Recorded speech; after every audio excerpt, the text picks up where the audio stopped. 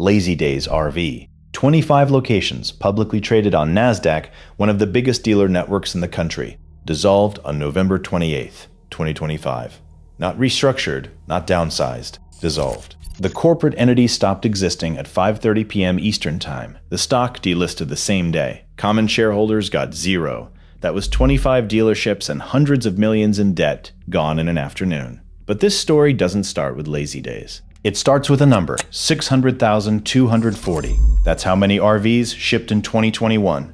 The highest in the history of the industry. Manufacturers couldn't build them fast enough. Dealers couldn't keep them on the lot. Buyers were paying 40 to 50% markups over sticker and financing units on 15 to 20-year notes just to lock something in. Every RV dealer in America thought the party would last forever. It lasted 18 months. By 2023, shipments had collapsed to 313,000. That's a 48% drop in 2 years. And the dealers who doubled their store count chasing the boom were now sitting on lots full of units that nobody was coming to buy. By the end of this video, you'll know which dealer groups are in financial distress right now, which manufacturers have the most unsold inventory rotting on lots, which brands depreciate the fastest, and exactly what to buy and what to avoid if you've been waiting for the used RV market to crack. Let's go. Number 5. Lazydays. If you've ever shopped for an RV in Florida, you know the name. That Tampa Supercenter was the flagship, the place people literally flew into to buy a camper. Here's what that brand was worth by the end. Fiscal 2024. Lazydays posted a net loss of $187 million on $871 million in revenue. They'd expanded from 11 stores to 25 in 3 years, all debt financed, all chasing COVID demand that was already gone by the time the doors opened. The unraveling happened fast. 5 stores sold to Camping World in early 2025. 3 went to General RV. 13 more went to Campers Inn for roughly $231 million, closed in 5 tranches over a single week in November. Then, on November 28th, the company executed a general assignment for the benefit of creditors. Not a Chapter 11, something faster and more final. A liquidation firm took control of whatever was left. The SEC filing said remaining obligations were expected to exceed the value of the estate. That's the kind of number that makes accountants cry. Shareholders wiped out. And if your RV was sitting in a Lazydays service bay during that transition, you were calling a phone number that might not have answered.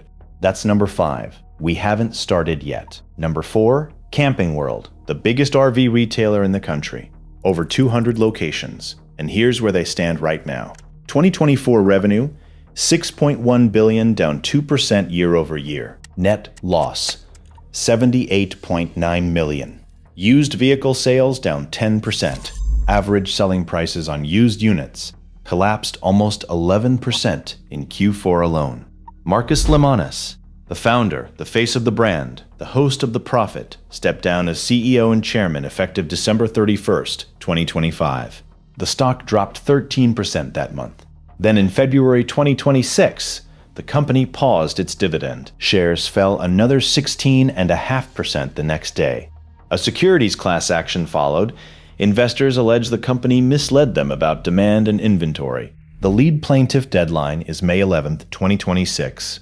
And if you're wondering how that's even legal, so is everyone else. As of Q1 2026, Camping World carries $1.4 billion in long-term debt and has closed 10 stores in the last 12 months. Pause. Lazydays. Camping World. 2 of the biggest names in RV retail. One dissolved, the other is facing a class action, just lost its founder, and is hemorrhaging cash. Same industry, same timeline, same math, different logos on the building.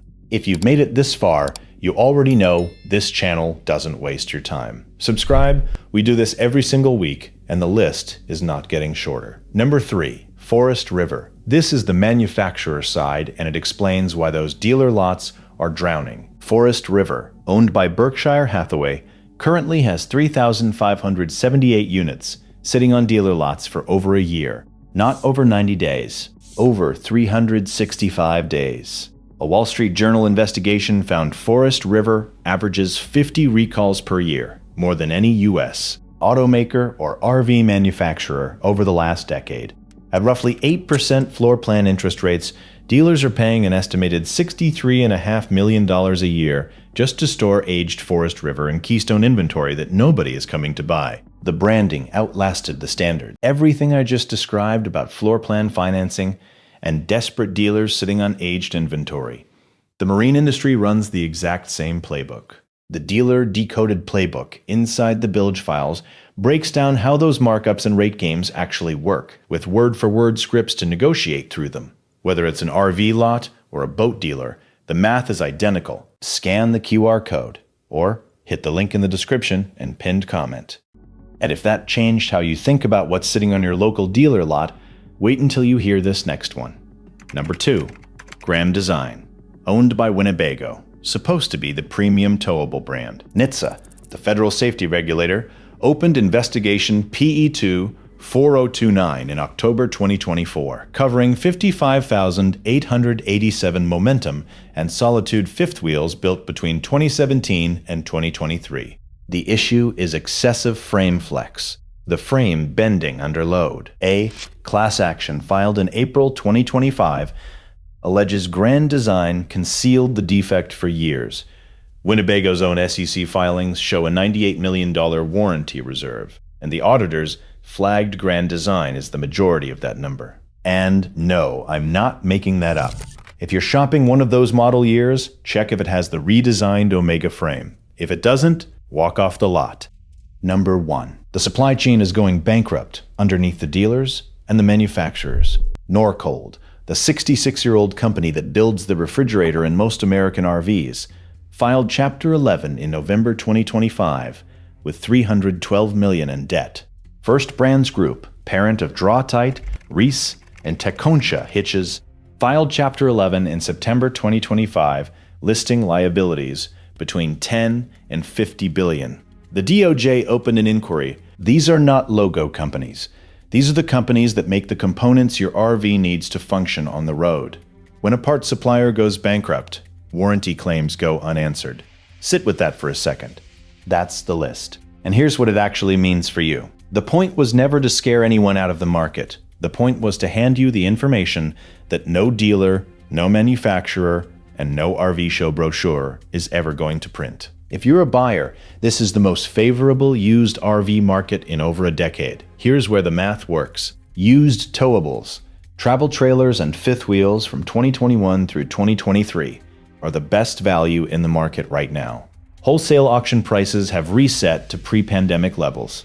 Private listings are up 111% year over year because owners are upside down on their loans and trying to get out. Target low mileage units from private sellers. The first owner already absorbed the depreciation. You're buying the correction. Class A motorhomes are the exception. Fewer were built during COVID because of chassis supply constraints, so there's less oversupply. The sweet spot is 5 to 6 years old. Class A units depreciate about 4% between years 5 and 6. That's where the price-to-condition ratio tips in your favor. And regardless of what you buy, do this one thing. Before you close on any unit from any dealer, verify the title is clean. If that dealer is leveraged, and most are, the floor plan lender has a senior security interest in every unit on that lot. If the dealer goes under between when you pay and when your title clears, you could lose the money and the RV. Call your state DMV, confirm the lien release. Do not skip this. 600,000 units shipped in 2021. Dealers doubled their footprints. Manufacturers pushed volume over quality. And now the math is settling. You know something most people walking onto an RV lot this weekend don't. The dealers still standing are desperate to move aged inventory. The brands with the most units out there have the most recalls, the most lawsuits, and the most warranty exposure. And the used market just handed patient buyers the best window since 2019. That's not a warning in small print, that's arithmetic. YouTube thinks you'll like this next video, and honestly, based on what we just covered, they're probably right. Click it. And if you made it all the way to the end of this one, subscribe. You're the reason we keep digging.